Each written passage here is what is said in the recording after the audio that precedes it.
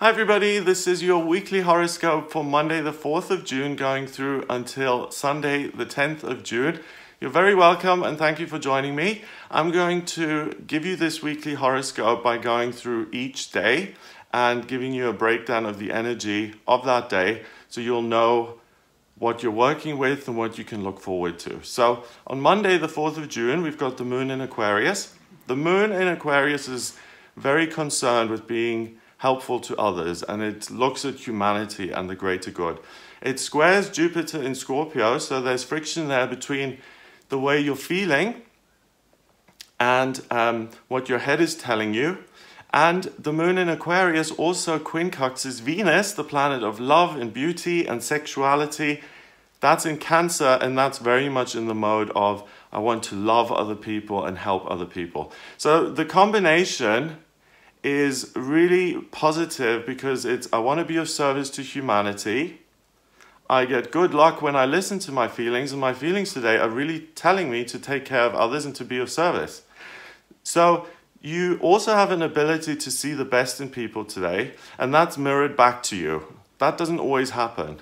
You know, sometimes you can exude this wonderful loving energy and it's just like, no, nothing's changing. When you walk into a room and you can feel the tension and you come in full of love, sometimes the tension is just overwhelming and you can't change it. But today, the energy is going to be mirrored back to you because people are going to surprise you with how open they are and how they respond to your friendliness and your openness, and they will surprise you by being of service back. So that teaches you something about the way you see people. It may surprise you. So no matter what you've been seeing on the news and how dreary and hopeless everything seems at the moment, it shows you on a very personal level that human kindness and the human spirit does still exist. People help each other. People do fundamentally care about each other. And even though people screw up so badly all the time, fundamentally, I think that we all have the same feelings and the desires to be happy and loved, and that things can go wrong in so many ways, and it's a way of trying to find back to that simplicity. So if you don't experience this on Monday, then be the person who does that. Help someone with their luggage, help someone, let someone in line in front of you if they look like they're super stressed and they're sweating and they're like scared that their boss is going to fire them. So Monday is a really nice day where you're kind of going into the day, you're an earth angel. Anyone who comes in touch with you can count themselves lucky and blessed because you're a really kind and positive energy and influence in their life. And that's going to really make a difference. I remember I was really low once. I think I've mentioned this before, but I was actually just, traipsing around the supermarket. I was really low, and someone actually did smile at me, and it immediately lifted me. It was magic. Tuesday, the 5th of June, the moon moves into Pisces at 10:55 in the morning. So that's a big change. Aquarius is about being of service to other people, and it's an air sign. Pisces is about spirituality, connecting with a higher power, being creative, and also being self-sacrificing and being of service to people. So we're starting to see a theme emerge here. The sun is in Gemini. I love this time of year. The sun in Gemini is just such a great time. People are out and about. There's a lot going on. People are active. People are traveling to different parts of the world to do sightseeing and to learn and to find things out. People are meeting everyone here, left, right, center. It's a great time of the year. It quincunxes Jupiter in Scorpio, which is the good luck planet, and it conjuncts Mercury in Gemini, the communication planet. Wow. So a sun in Gemini and the communication planet, which rules Gemini. Mercury is in bliss mode. Mercury is in 7th heaven when it's in Gemini because it rules that sign. So it's just like talk, talk, talk, and let's express ourselves and be free. Now, Venus in Cancer, the love planet in one of the most loving signs. So everything is lined up at the moment. Do you see that? So Mercury is in the sign it rules. Venus is in a sign that it really can do a lot of good in. And it's all coming together to kind of put you in the center with all these attributes that you can use to kind of build a sense of community around you or start new relationships, things like that. Now, Venus in Cancer opposes Pluto in Capricorn, and that happens very rarely. So on Tuesday, you are at the peak of your communicative skills. You're charming, you're relaxed, you're funny, you're charismatic. And the Venus-Pluto opposition is a one-off opposition that creates massive amounts of chemistry and attraction and raw sexual energy. So if you're attending a social function or a party and you decide beforehand that, you know, I'm not interested in meeting anyone, I'm going home alone tonight, then you're going to have to use a lot of self-discipline to actually achieve that, because Tuesday, the 5th of June, is one of the most romantically kind of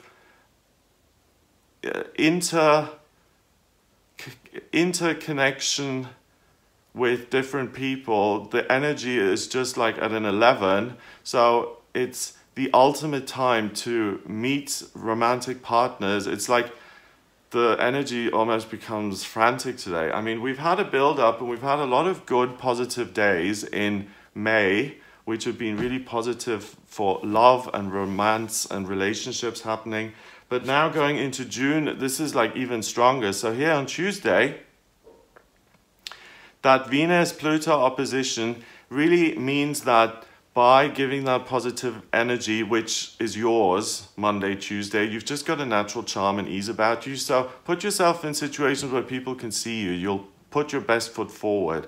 And that's really going to draw people to you. And that's going to make you very attractive to people just by being present. Wednesday, so I don't have to say that. I mean, it's obvious. Single people, go out and do stuff. If you're in a relationship, spend time together and make love or be together. Go on a trip. You know, be intimate and use this great time to actually share yourself with another person and feel that whole magical thing of, you know, we're together and we're intertwined and where do I begin and where do you end and all that stuff. Wednesday, we've got the last quarter moon at 6:33 in the evening. Now, last quarter moon basically just means that the moon is halfway between being a full moon on its way to being a new moon. So the moon is waning, it's getting smaller, and it's halfway to its point being a new moon, which will happen later on in the month. So things slow down a little bit. The moon is no longer waxing and being bigger. It's kind of getting slower and smaller. So, relax. So after Monday and Tuesday's kind of madness with love and passion and all of that, things calm down a little bit. Mercury is in Gemini still. It squares Neptune now in Pisces. Now, Mercury is the communication planet. It is so happy in Gemini. But Neptune in Pisces is fantasy and manifestation, spirituality. It's the imagination. So the Pisces moon conjuncts Neptune in Pisces and squares Mercury in Gemini. Okay, so we've got a triple here. So we've got a Pisces moon, which is very sensitive and imaginative and spiritual. We've got a Neptune, the water planet, in Pisces. And we've got a very chatty, cathy Mercury in Gemini, which is all about let's get information out there. So tall tales are the order of the day. With Neptune influencing Mercury and the moon, prepare to be told some major whoppers on this day, okay? It's going to be really easy to lie. So it seems like a global, you know, let's all lie for a day festival, which seems to be going on here. But on the flip side of this, you can really tap into your imagination and create amazing written work, especially if it includes fantasy, the metaphysical, spiritual, or intuitive themes. You can tap into those today and actually be productive.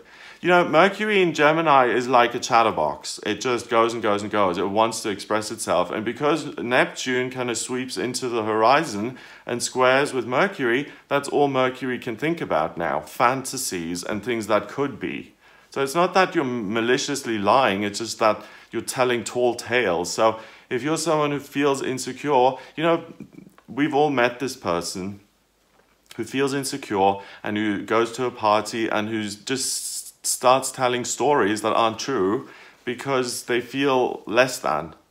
And because they feel less than, they try and compensate for that by telling these outrageous, funny, super interesting stories to compensate.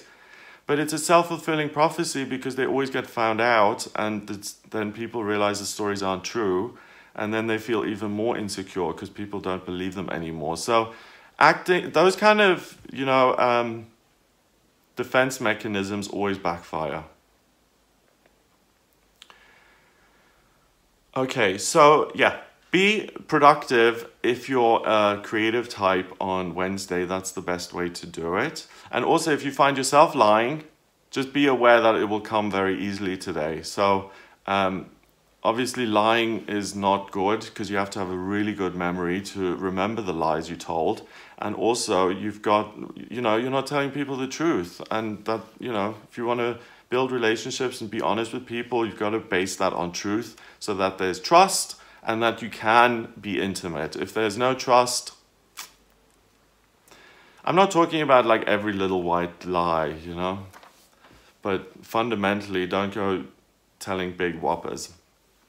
Thursday the 7th of June, we've got the Sun in Gemini, and that squares Neptune in Pisces. Now we've got your identity, which is all about communication and getting the message out there, also causing friction with Neptune in Pisces. So again, the imagination and your inner world starts to feature more largely in your life. Regardless of what's happening around you, your inner world speaks up. And whatever is going on inside you is going to speak up. So if my insides are green because I'm full of envy, then envy is going to come up. If my insides are a garden of roses because I'm a happy, beautiful, enlightened being, then those roses are going to flourish and blossom within me, and I'm just going to fill up with that kind of energy. The Pisces moon, so still very psychic and intuitive, creative. So again, creative types, writers. Now on Thursday, the 7th of June, mediums, intuitives, clairvoyants. This is your time to really tap in and to give people messages that will comfort them, that will bring them clarity and insight into how they can improve their lives. So the Pisces moon trines Venus in Cancer. So your ability to pull this psychic, intuitive information in is there for a reason, and the reason is that you express your love to other people and you help them. The moon goes into Aries in the evening. So there's a big shift in the evening in if you're in the UK. The shift happens around 3 o'clock in the afternoon if you're in the east coast of the States. 11 in the morning if you're on the west coast. If you're in India, Pakistan, Dubai, it's like a couple of hours later. So if you're in Pakistan or India or Australia or anything like that, you're going to have a full day of Pisces energy. Okay, Europe still gets a tiny bit at the end, but I'll be asleep by then. But just in America, just be aware that the first half of the day is going to be with this Pisces moon energy, which is very much about being psychic and clairvoyant and all of that. And it's the last sign of the zodiac. So it's peaceful, it's kind of self-sacrificing. Aries, when that kicks in, it's the first sign of the zodiac. It's back to me, action, let's move forward. It's a totally different vibe.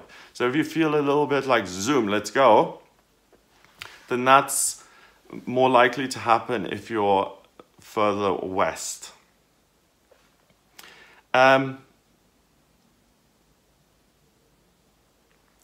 So most of the day until the moon goes into Aries in the evening is incredibly romantic and beautiful. You're able to turn your fantasies and desires into real practical things because we've got this Sun in Gemini squaring Neptune. The Sun is your identity. So a picnic under a willow tree by a lake with your partner, for example, that kind of thing would really just do it for you. It's another fabulous day for quiet, peaceful, and harmonious intimacy. So if you're in a relationship, great. If you're on a date, if you're on a blind date, you may be saying more than you usually would. So usually if you have a way of, what am I going to share, what am I not going to share, you might find that you're much more authentic and you show the real you and you're less guarded on Thursday. And that's what people fall in love with. They fall in love with not someone who's posing and who's beautiful and is amazing, but someone who shows some vulnerability and who shows that they're flawed as well and not perfect. And that's what in my experience anyway, draws people to others. So it's a mixed bag. We've got like the first 2 days are really amazing in terms of you and other people. By Wednesday, it becomes twisted and it gets into kind of tall tales territory. Now on Thursday, it's again all about romance and really beautiful intimacy and connecting on an emotional level. On Friday, the 8th of June, we've got the Aries moon now sextiling Mars in Aquarius. Mars is the male principle of desire and drive in Aquarius. It wants to be of service. And it squares Saturn in Capricorn, which is foundation and structure through work. So on Friday, there may be some injustice by the establishment today that you get fired up about. So before you whip out your phone and go on Twitter and rally against the church or the government or any other institution,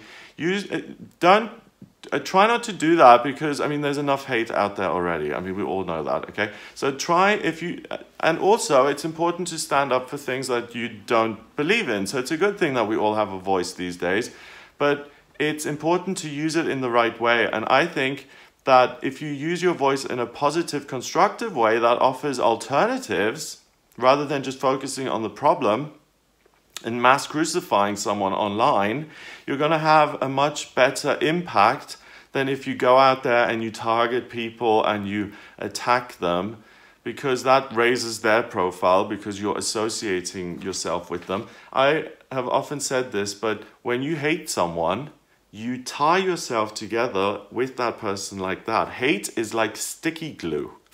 You can't get rid of that. You have to forgive that person to let go. And when you love another person, it brings you together, but it doesn't bind you together like that. It fits together perfectly. So hate is something that's going to drag you down and it's going to fill you with that vibration. Rather find an alternative to what's being done. Start something else that is fairer or that uses organic materials or whatever it is that you get upset about here on Friday. The thing that struck me here was Monica Lewinsky as an example. I read something about her the other day, and she said she was the first person who experienced global humiliation on the internet. And really she was. I mean, the whole world, there were jokes and everyone made fun of her, and this girl all by herself, you know, no one was thinking about how she felt at the time. People were cynical. Oh yeah, she's going to have a book deal. She's going to make loads of money about it. There's global humiliation. I mean, it's terrible. So that's what I'm telling you. We all want to make change. We all have things that we don't like. We all have opinions, political and to do with certain policies that we agree with, that we don't agree with. Every one of us is either somewhere on the spectrum of left, center, right. We all have certain opinions. So, regardless of your opinion, we are all human beings, we are all the same, and I'm sorry I'm talking around the houses about this, but it's better to create something positive and beautiful which other people can come to and be drawn to, rather than attacking something and destroying something else. Let them destroy themselves. If they're a hate party, they're going to go down anyway. You don't need to get involved with that. You can just focus on love. So that's an interesting Friday. On Saturday, the 9th of June, we have the Aries moon sextiling the Sun in Gemini and Mercury in Gemini. So it squares Pluto in Capricorn. So the talking can actually have a change to your circumstances. And it squares Venus in Capricorn. So on Saturday, you have the gift of the gab, as they say here in jolly old England. I think for other people who may not get that, the gift of the gab is kind of like you're like a snake oil salesman, or you could sell ice to Eskimos, you know, that kind of thing. You're silver-tongued, you have the ability to say things and articulate things in a wonderful way which people are really going to buy into, and you can entertain and charm and use your charisma and influence people in a way. So you're so articulate and delicate in planting your ideas in other people's minds, or flat out stating what it is you want, that things get done today in such a way that they really work out in your favor. It's an incredibly lucky day for you today. You can do no wrong, and you're charismatic and magnetic to people. So go out with others and keep active. It may even have a positive knock-on effect to your working life or your love life. So because you're in such a great place and connecting with people, you may meet someone who runs a company and who needs position filled, and because you're articulate and you're expressing yourself so well, and she can observe you doing something that you would need to do in that job, you may get a job out of it. Or someone spots you dancing on the dance floor and says, oh, beautiful, I have to go talk to that person. You might attract someone into your love life, but it's mainly about your ability to communicate. So again, the whole week is amazing for writers and creative people and intuitives and clairvoyants, because we've got so much Gemini and so much Pisces. It's like your antennas are pinging and you have no problem expressing yourself. And that's what, if you're an intuitive, that's what you need to do. You need to open your ears and get the messages, and then actually have the vocab to say them. And you're at the peak of your powers here on Saturday the 9th. If you wanted to ever make a YouTube video, if you ever wanted to give a public presentation or record it, or make a speech that you want to record and post online, Saturday's the day to do it.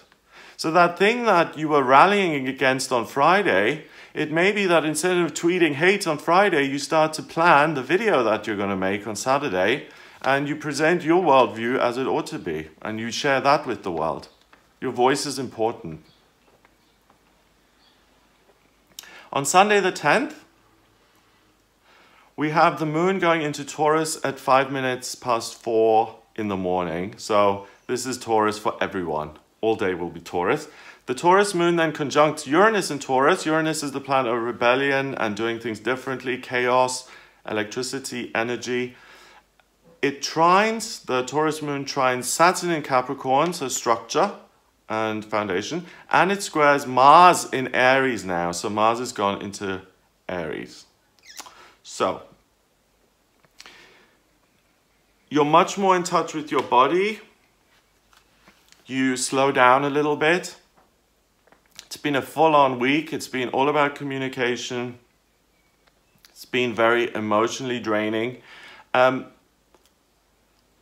We don't, you know, I think we do recognize to a certain point that we need to take care of ourselves. You know, in business, people try and get the most out of their employees by making them work 10 hours a day because that's what people can manage. But really, if you were going to be honest, if you have a conversation, or if you do like something really intense, like if you're a psychologist and you have an intense hour session with someone, that's emotionally really draining. You need a bit of time to recharge and recover from that. And this week for you has been very emotional and very communicative. There's a lot that has been said and a lot of things that have gone on. So on Sunday, really give your mind a break. You may want to get really connected with the physical world by doing some physical activities that clear your heads and recharge your mental batteries. It's interesting, but often our bodies can support our minds, and our minds can support our bodies. So if I fill my mind with love and beauty, I remember I was part of Christian Science for a while, and they've got a statement of being. And the statement of being says, there's no such thing as disease, and I'm perfect and healed in the power of God and all of that. And they don't believe in medicine. So I don't want to get into a discussion of whether Christian Science is right or wrong, but they really believe that God, and if you fill yourself with prayer and positive energy, and you realize that you can't be sick because that would be an error, because God is perfect, therefore you are perfect, which is what they believe in a nutshell, then you're able to manifest often. I think that works at times. I don't think it always works. And neither do the Christian Science people, I don't think. Because if they have an accident, they call an ambulance. You know, they don't just sit there and pray. But that kind of positive energy, the mind-body connection, I mean, I don't think at this stage of the game anyone doubts that anymore. So if you're full of positive thoughts and feelings, your body is going to feel good. If you're totally depressed and, I can't anymore, and you can't get out of bed, if someone comes along and drags you out of bed and makes you take a walk by the promenade or the marina or whatever, the exercise will release some endorphins in your brain, which will make you feel that tiny bit better. So there is a connection, and it works both ways around. So physical exercise can be an amazing mood lifter. And what I've put in brackets here is I should use it. I should use it more. I try and walk and go up the tour as often as I can, but I could exercise more as well. So yoga, hiking, going dancing, going on a group sightseeing trip. You know, if you go to London and you go to Big Ben and then you go to the wheel and then you see the tower and everything, that's exercise. Sightseeing can be exercise. It's so anything like that is the ideal activity today that's going to distract you from your mind, and that's going to allow you to connect with the physical, to get some calm and clarity in your mind, and that then makes space for new insights and inspirations to come in. So take a break on Sunday. Stop, press the stop button, recharge. We're recharging our energy today. Let's go. And then you've had a really good week behind you. You've recharged yourself and you're ready for the new week. So you're almost like in tune with the moon, which is also winding down and getting ready for its next week, where it's going to be a new moon and where it's going to pull in a lot of energy to get started again. So you're really aligned with that in a way. So I hope you have a wonderful week. If you would like a private reading with me, then please get in touch with me via my website. It's gregoryscott.com. Click on the Book Your Readings button, which is on the front page, or click on the Readings tab, and it'll take you to the Readings page. Order your reading there. In my readings, I use astrology. I also use tarot and numerology, and I combine them all. So let's say that Venus is at 11 degrees, then I would say Venus, planet of love, has this impact on you. But also because it's at 11 degrees, your love is meant to be of service to people. So I combine that, and I combine it with the tarot. The astrology chart in particular gives me a blueprint of who you are on a soul level. So it shows me why you're here, what your life purpose is, and where you've been in past lives. It tells me what you're going to be gifted at when it comes to work. So what job you should be doing, because you'd be amazing at it.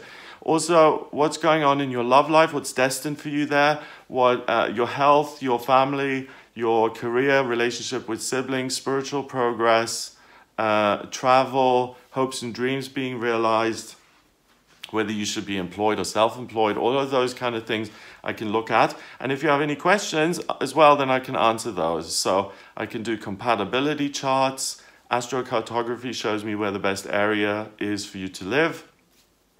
So it's really limitless. So if you have anything that you want some guidance with, get in touch for a reading. Please remember to subscribe to this channel, and I'll speak to you next week.